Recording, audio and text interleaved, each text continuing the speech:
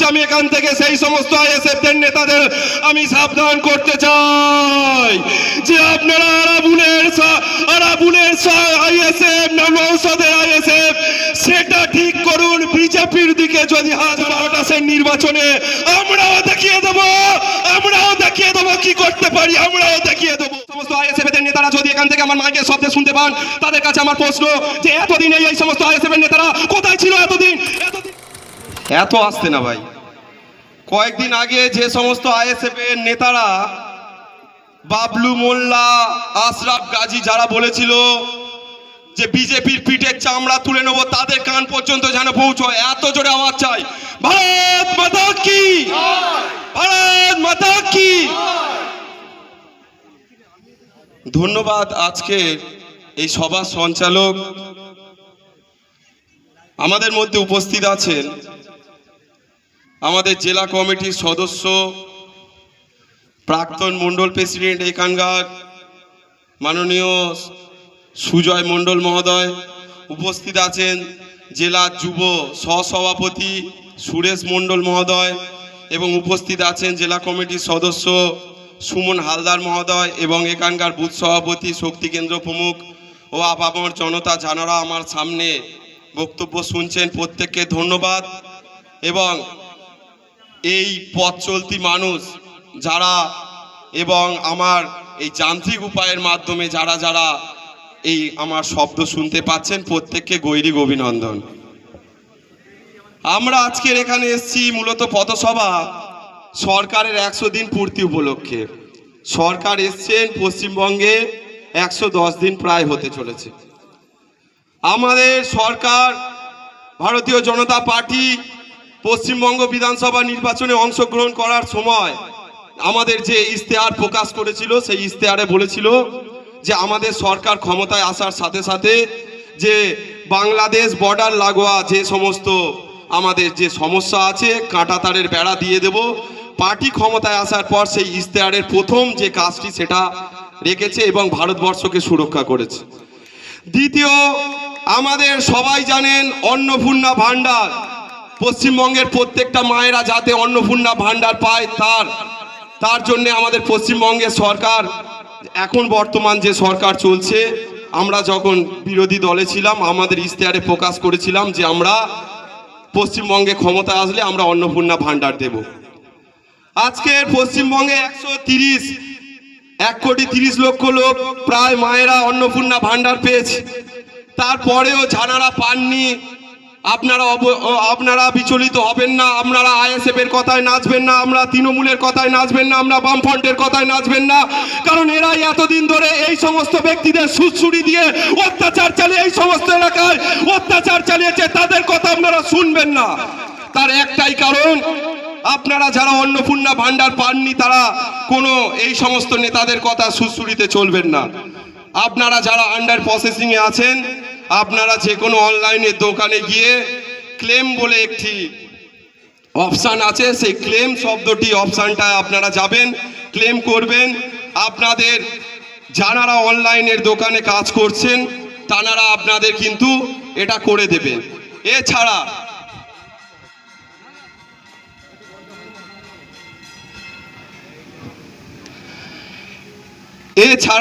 যাদের ফেল্ড দেখাচ্ছে তাদের পুনরায় তাদের ফর্ম ফিল আপ করতে হবে, এটাই প্রসেসিং আছে। আপনারা কারোর কথায় বিচলিত হবেন না। আপনারা দেখতে পাচ্ছেন যে আইএসএফরা বিজেপির ওপরে আঙুল তুলছে, আইএসএফরা অনেক কথা বলছে যে আমরা পঞ্চায়েতে দেখে নেবো, এ দেখে নেবো। আমি সেই সমস্ত আইএসএফের নেতারা যদি এখান থেকে আমার মাইকের শব্দে শুনতে পান, তাদের কাছে আমার প্রশ্ন যে এতদিন এই সমস্ত আইএসএফের নেতারা কোথায় ছিল? এতদিন এরা কোথায় ছিল? কোথায় ছিল আইএসএফের ফ্ল্যাগ? কোথায় ছিল আইএসএফের মিছিল মিটিং? আজকের বিজেপি ক্ষমতায় আসার পর আমরা যে সুষ্ঠু রাজনীতি করি তার একটি দৃষ্টান্ত আজকের ক্যানিং পূর্ব বিধানসভা। তাই আজকের আপনারা দেখতে পাচ্ছেন প্রত্যেকটা জায়গায় আইএসএফরা ফ্ল্যাগ মারছে, প্রত্যেকটা জায়গায় সভা সমিতি করছে, আর সেখান থেকে বিজেপির যারা ভয় ভূত দেখাচ্ছে, আমি এখান থেকে সেই সমস্ত আইএসএফদের নেতাদের আমি সাবধান করতে চাই যে আপনারা আরাবুলের আইএসএফ না নওশাদের আইএসএফ সেটা ঠিক করুন। বিজেপির দিকে যদি হাত বিজেপির দিকে যারা হাত বাড়াবেন আমাদের এই সমস্ত ভারতীয় জনতা পার্টির নেতারা তাদের গণতান্ত্রিক উপায়ে তাদের দেখে নেবে। পারবেন তো ভাইরা? পারবেন তো? পারবেন তো? এখানে একটা কথা আমরা শুনছি চলছে কি, যে আমাদের পঞ্চায়েত দখল হয়েছে বলে আইএসএফরা নাচছে গাইছে আনন্দ করছে। আমি এখান থেকে সেই সমস্ত আইএসএফদের নেতাদের বলতে চাই যে আপনারা আপনাদের সাইটে যে সমস্ত আলোগুলো দেখছেন প্রত্যেকটা কন্ট্রাক্টর আন্ডারে 20,000 টাকা করে বিল ভাউচার, তারা করেছে 35,000 36,000। এই যে 16,000 টাকার দুর্নীতি আইএসএফ নেবে না তৃণমূল নেবে? আইএসএফ এর নেতাদের কাছে প্রশ্ন করবেন, তৃণমূলের নেতাদের কাছে প্রশ্ন করবেন। এই সমস্ত দুর্নীতি করার পরেও আজকের আইএসএফ সাধারণ মানুষকে ভুল বোঝাচ্ছে যে আমরা আগামী পঞ্চায়েত নির্বাচনে বিজেপি কি করে দেখে নেব। আমরাও এখান থেকে বলতে চাই বিজেপির যুব মোর্চা তৈরি আছে 2028-এর নির্বাচনে আমরাও দেখিয়ে দেব, আমরাও দেখিয়ে দেব কি করতে পারি, আমরাও দেখিয়ে দেব। আমরা কোনো তৃণমূলের দুর্নীতিগ্রস্ত লোককে আমরা পঞ্চায়েতে নেব না। আমরা পারতাম না এই সমস্ত দুর্নীতিগ্রস্ত তৃণমূলকে নিতে, না না বন্ধু না। পশ্চিমবঙ্গের মানুষ এই সমস্ত ব্যক্তিদের বিরুদ্ধেই আমাদেরকে ভোট দিয়েছে, তাই এই সমস্ত পচে যাওয়া দুর্নীতিগ্রস্ত মালেদের আমাদের প্রয়োজন নেই। আমরা সৎ নিষ্ঠাবান ভালো মানুষ জনসমর্থন আদায় করে আমরা দুর্গাপুর অঞ্চল, সারেঙ্গাবাদ অঞ্চল, পদরা অঞ্চল সমস্ত অঞ্চল আমরা দখল করব। আর যে সমস্ত আইএসএফ এর সর্বোচ্চ দলনেতা নওশাদ সিদ্দিকী মহোদয়, যিনি সবসময় সততার মূর্তি হিসেবে নিজেকে প্রতিষ্ঠা করেন এই সমস্ত এলাকায়, তানার কাছে কি করে যে তৃণমূল 2022 সালে তানার জেলখানায় পড়ে দিয়েছিল, যে তৃণমূল তানার তার যে ফেস টুপি খুলে দিয়েছিলেন আপনারা দেখেছেন, টানতে টানতে জেলের মধ্যে দিয়েছিলেন, যার জন্য আপনারা দেখেছেন ভাঙড়ের অনেক সাধারণ আইএসএফ এর কর্মীরা তারা জেল খেটেছে। কার জন্য বন্ধুরা? জোরে একটু আবার চাই, কার জন্য? কোন নেতার জন্য? কোন নেতার জন্য? কোন নেতার জন্য?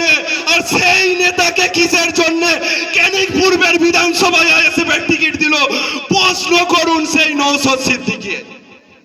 যে নওশাদ সিদ্দিকী তৃণমূলকে বলতো যে আমরা তৃণমূলের সাথে কিছু চলবো না। আজকের প্রত্যেকটা জায়গায় আপনারা দেখুন আকমান মোল্লা তার সাথে হাত। আপনারা দেখেছেন চন্দনেশ্বর 2-এ যে তৃণমূলের নেতা সব থেকে করাপ্টেড নেতা তার সঙ্গে বৈঠক করছে। আপনারা দেখেছেন যে এইখান থেকে যে আপনাদের শাহজাহান মোল্লা, আপনাদের সাদেক দপ্তরি, রবিকুল ইসলাম, একের পর এক যত তৃণমূলের পচে যাওয়া মালগুলোর সাথে এরা বৈঠক চালাচ্ছে। তাহলে আপনাদের প্রশ্ন হওয়া উচিত এরা কি করতে চাইছে, সাধারণ মানুষের প্রশ্ন হওয়া উচিত। মনে রাখবেন কয়েকদিন আগে জীবনতলায় একটা জলসাইতে আব্বাস সিদ্দিকী একটা কথা বলেছে কি, যে যারা বিজেপি করছে সংখ্যালঘু মানুষরা তারা কাফের। আমরা এখান থেকে বলতে চাই রাষ্ট্রবাদী মানুষরা এগিয়ে আসুন, এই সমস্ত পীরেদের কথা শুনবেন না, কারণ এরাই আপনারা দেখছেন যে আরাবুলের বিরুদ্ধে আন্দোলন করছে সেই আরাবুলকে তারা নিজেদের দলে টেনেছে। তাই এদের কোন রকম নীতি আদর্শ নেই। এই সমস্ত ব্যক্তিদেরকে ছুড়ে ছাড়া এপিজে আব্দুল কালামকে ভারতবর্ষের রাষ্ট্রপতি করেছে। এবং আপনারা হয়তো অনেকে জানেন না, বলে সবসময় বিজেপি সাম্প্রদায়িক দল, কিন্তু কয়েকদিন আগে সর্বভারতীয় যে আমাদের সাংগঠনিক রদবদল হয়েছে, উত্তরপ্রদেশ থেকে একজন সংখ্যালঘু ব্যক্তিকে সর্বভারতীয় সহসভাপতি করা হয়েছে। আর এই সুযোগে বামফ্রন্ট ঘোলা জলে মাছ ধরতে নেমেছে। বামফ্রন্টের তুষার ঘোষ এখন বিজেপির নামে বলছে, কয়েকদিন আগে এই চন্দনেশ্বরে ডেপুটেশন দিতে এসে বলেছে যে আমাদের বিজেপির সাথে লড়াই, আমার তৃণমূলের সাথে লড়াই। আমি এখান থেকে তুষার বাবুর দলের ছাড়া আছে তাদের কাছে আমি প্রশ্ন রাখতে চাই, কি করে আইএসএফ কে সমর্থন করেছিলেন, কি করে আরাবুলের জন্য আপনার মানুষের সমর্থন চেয়েছিলেন, সেটা আগে প্রশ্ন করুন। মানুষ সব দেখছে, আপনাদের ওই ভ্রান্ত কথায় আর শুনবে না। বামফ্রন্ট এখন মানুষকে ভুল বোঝাচ্ছে যে আমরাই আছি, বিজেপি সাম্প্রদায়িক দল, বিজেপি এই দল, বিজেপি ওই দল। আমি এখান থেকে মানুষের কাছে প্রশ্ন করতে চাই, এই বামফ্রন্ট কেন সাধারণ মানুষকে, যারা কৃষকের ছেলে, তাদের সারা জীবন কৃষক করে রেখেছিল, প্রশ্ন করুন সেই সমস্ত বামফ্রন্টের লোকের কাছে, কেন তাদের শিক্ষিত করে তুলিনি, কেন চাকরির জন্য তাদেরকে কিছু করিনি। আর যে বামফ্রন্ট এতদিন বলছিল যে আমরা তৃণমূলের বিরোধিতা করি, সেই বামফ্রন্ট কি করে আরাবুল ইসলামের সঙ্গে সমর্থন জানিয়েছে, কি করে আরাবুলের সঙ্গে স্টেজ ভাগ করেছে, প্রত্যেকের প্রশ্ন রাখুন, বিজেপির যুব সমাজ প্রশ্ন করুন সেই সমস্ত বামফ্রন্ট আইএসএফ এর নেতাদের কাছে। আপনারা এখান থেকে জানেন যে আপনাদের এইখানকার একজন সাধারণ বুথ সভাপতি তৃণমূলের শঙ্কর খাঁ ও উত্তম মণ্ডল কত টাকা ইনকাম করতো মাসে ভাই? কত টাকা ইনকাম করতো? প্রায় 20 লক্ষ টাকার দুর্নীতি করেছে এই সমস্ত নেতারা, আর তাদের সঙ্গে হাত মেলাচ্ছে এই সমস্ত আইএসএফ এর নেতারা। তাহলে আপনারাই বিচার করবেন কারা কোথায় থেকে কি করছে।